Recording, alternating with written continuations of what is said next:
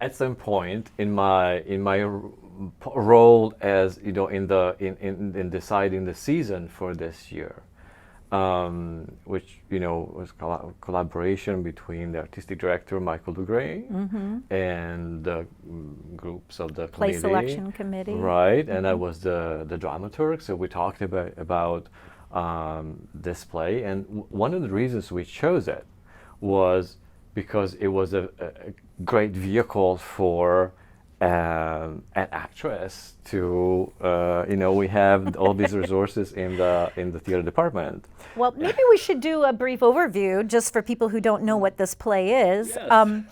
When you show up, you will see, and the lights come on, you will see a woman buried in a trash pile up to the waist with a Vegas landscape. Some kind of apocalyptic event has happened. The rest of the world has disappeared. There is nothing that exists in this world but this woman, a bag of items that she uses to get ready every morning, a parasol, and a husband who is sometimes out of view and sometimes in view, and has various degrees of interaction with our main character, Winnie. And yeah, let's not forget you have a husband. I do have a husband. Played by Martin Hackett. Yes, who one is of our undergraduate students. So, I mean, yes, we tend to forget him because it's always in He's my main item. He's my main item. Yes, that's who I most enjoy interacting with. And actually, in giving acknowledgement to people who have given time and love and energy in the room, we should give a special acknowledgement to Martin, because he has been a wonderful source of emotional and artistic support, and it's a thankless job for a lot of the time. He sits with his back to the audience, he is silent, he's busy physically, but it definitely is a gift of his time, right, to be there patience. and supporting us that way. And the two other individuals I want to give a shout out to are our stage managers. So Alexander Carey and Angelina De Filippis. Did I say her last name right? Yes, you did. De Filippa? De Filippis, Italian name, Italian last name. Well, I'll go back. The two individuals that I really want to extend a huge thank you to are our stage managers. Alexander Carey and Angelina De Filippis. The reason I think Las Vegans will enjoy the show is because of all the Las Vegas references we have fixed into the set design, costume design, and the acting challenge becomes particularly intense when, in the second act, the protagonist, the character, is buried up to her neck, and the actress can only use her face, eyes, and voice as expressive tools.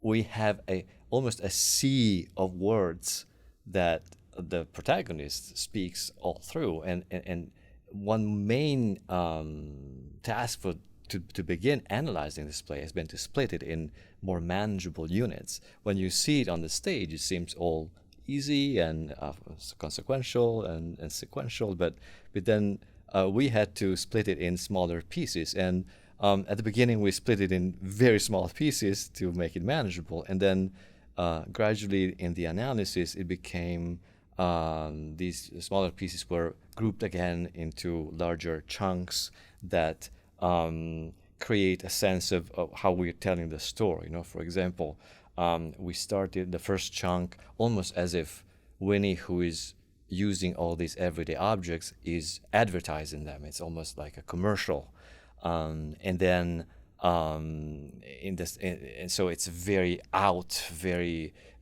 reaching out to the audience.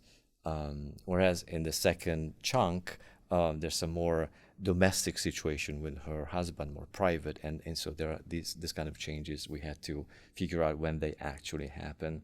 One of the things that for example, appeal to me in this text, right? One of the reasons why I think it's so topical is that although Becket wrote it again in the 1960s, thinking maybe of potential nuclear disaster or a post-nuclear world, really now, with the setting being with this incredible sunlight constantly shining with no nights, it resembles a little bit of our current predicament in terms of climate change, and the fact that I moved to Vegas last year from New York, and all of a sudden I find myself in a place where we're trying to conserve water, where the earth is arid, where there's still waste being produced, even more here, more so than in New York, for example. There's not necessarily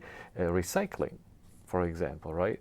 So a sense that, so this play really belongs to now, in the sense that we're not fully conscious of the impact that we're having on the environment. What I envision for the play is that as Winnie is gradually swallowed by the earth as we move from the first to the second act, there's a sense that this is sort of the earth's reaction to being abused by reacting again against its human pollutants almost. Also, I remember how excited you were when I told you about the Atomic Testing Museum down the street, and the tie-ins historically Las Vegas has to atomic bomb testing. Especially around this exact time period in the 50s and 60s, I don't know how far it is, 80, 90 miles down the road, Right. So there's almost a third of Nevada that can never be used for developmental purposes because it is poisoned and contaminated with nuclear waste from 15 years of bombs going off above and below the ground. I don't know that the average person who moves to Las Vegas is aware of that. They would know. I did not know. And even the repercussions that could be happening to our health living on Vegas soil and breathing Vegas air. Right there, yeah.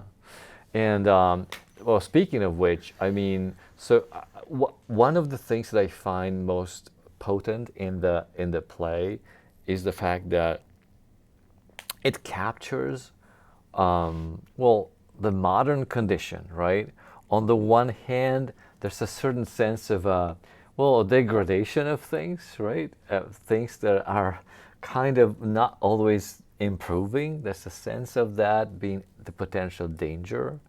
And on the other hand, the main protagonist finding optimism, right? Finding a way to go on anyway, right? One of the things she does not do is commit suicide. She wants to go on. So she's trying to negotiate the situation which she cannot control, but she's also a bit of a cause of it, so she should be more aware, but she's not, with her approach, right? With her point of view. She's trying to shift that point of view so that she can survive. She makes it a daily task to focus on gratitude and thankfulness. Every half page, there's something about, this is another happy day. Oh, what a wonderful day this will have been. Oh, look at this amazing thing around me. Oh, thank you, husband, for speaking to me. Thank you, husband, for looking at me. Like, she really is clawing. Being thankful for the little things. For the smallest iota of positivity, she will grasp on and talk about it for half a page. And some days in contemporary life feel like that. Yeah. You're having to make decisions moment to moment about whether to delve into bitterness and resentment and depression and anxiety, or to look for some iota of positive thought, of thankfulness to other, of searching for an ability to control your own emotional response to the things that you are not in control of. I also think that there's issues of patriarchy, which are very resonant for me, just based on my upbringing and the communities that I've navigated. And I found very resonant with the UNLV students that I've taught. We're one of the most diverse campuses in the United States, which means we have people from all countries, climes, languages, ethnicities, and backgrounds. And however progressive people might think they are in terms of their own relationships, in terms of patriarchy or sexist behavior, I find a very 50s mentality in terms of gender roles, expectations, what is expected of an ideal husband, an ideal wife, what a woman's status is in society if she has no children, if she has no relationship with her spouse. Who is a woman on her own without a job, without children, without a spouse? That's part of Winnie's quandary. She has no idea who she is in this world without those defining factors. Also, anybody who's a caregiver or has supported somebody in early, mid, late stage Alzheimer's or dementia, I feel will find a lot of resonance in this script. Becket dealt with that in his own family. He wrote the script after, I believe, after his mother's demise. And there's a constant sense that Winnie is, kind of grasping at straws to remember even the little bits of where things are, where they come from, what was there even a yesterday? What is the concept of tomorrow? She basically lives minute to minute without understanding the concept of what a minute is. Exactly. Yeah. And the husband too. I think it could be argued or viewed from that perspective that both Winnie and her husband Willie could be dealing with various stages of Alzheimer or dementia in terms of the lessening of their physical faculties and their mental and emotional regulation as well. Yeah. Which is, as anybody who's been in that kind of situation, caregiving situation, you really do have to struggle for the optimism and struggle to find the humor and struggle to see the person that you used to know and love beneath the anxiety, beneath the angry outbursts, beneath the crudeness sometimes of their behavior. Remember who you love and who they still are based on who they were. The play does not follow a traditional playwriting structure as you teach it in playwriting and analysis. There's not easily identifiable rising actions, a watershed moment, and a denouement. You can't do your traditional character analysis. It really is detailed work, as if you were an archaeologist unearthing a dinosaur bone. And at first you hack it away to get the big chunk of rock, but eventually you have to get out those tiny little brushes, the tiny little scalpels so you don't damage the skeleton, and really carefully brush it off and analyze it.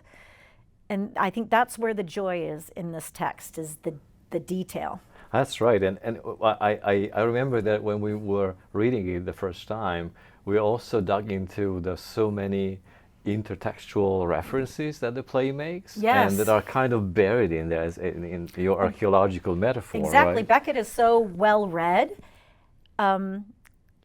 And most playwrights, it seems like, if they're crediting another actor or crediting another literary source, they have it appear again and again, like 3 times, so that the audience recognizes it, and somewhere in the text tell the audience what they're referencing and why, but not Becket.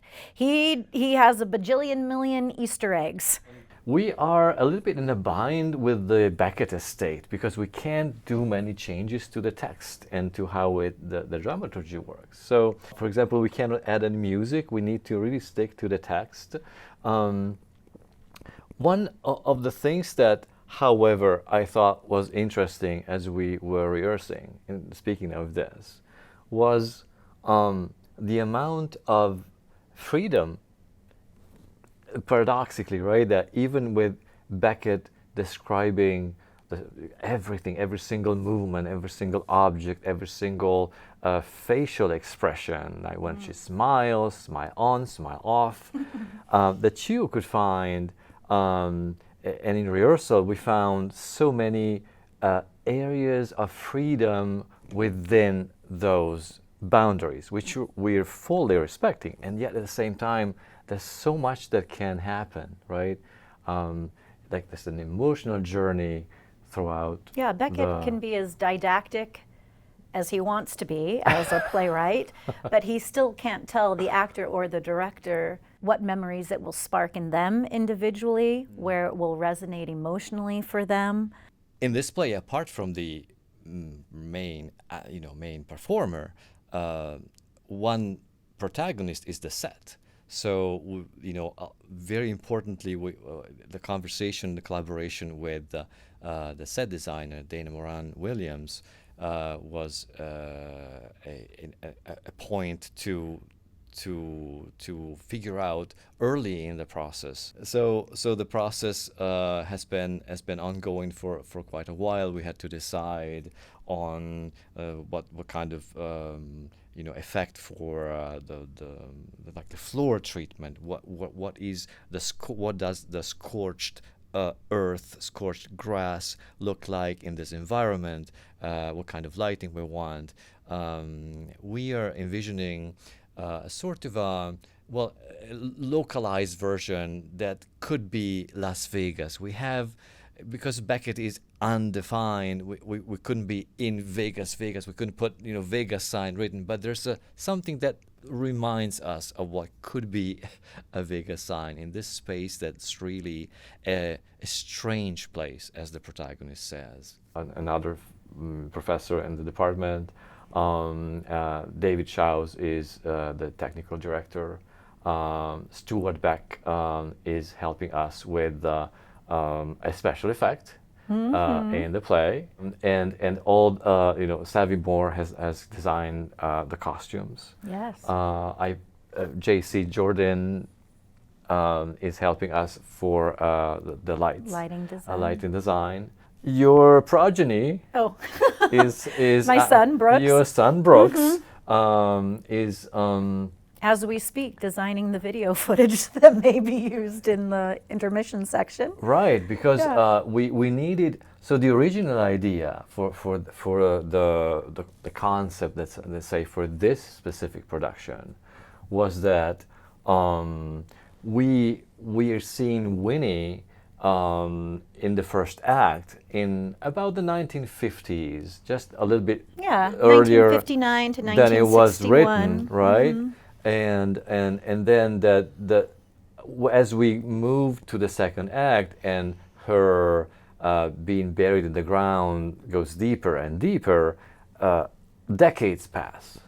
Right? We're up to the present day. Right, so we're up potentially. And so we're asking Brooks Mellen to help us visualize that kind of passage of time, and in the meantime, what is happening, because you are using all these objects. What do all those used and worn out objects that you use in the first act end up being?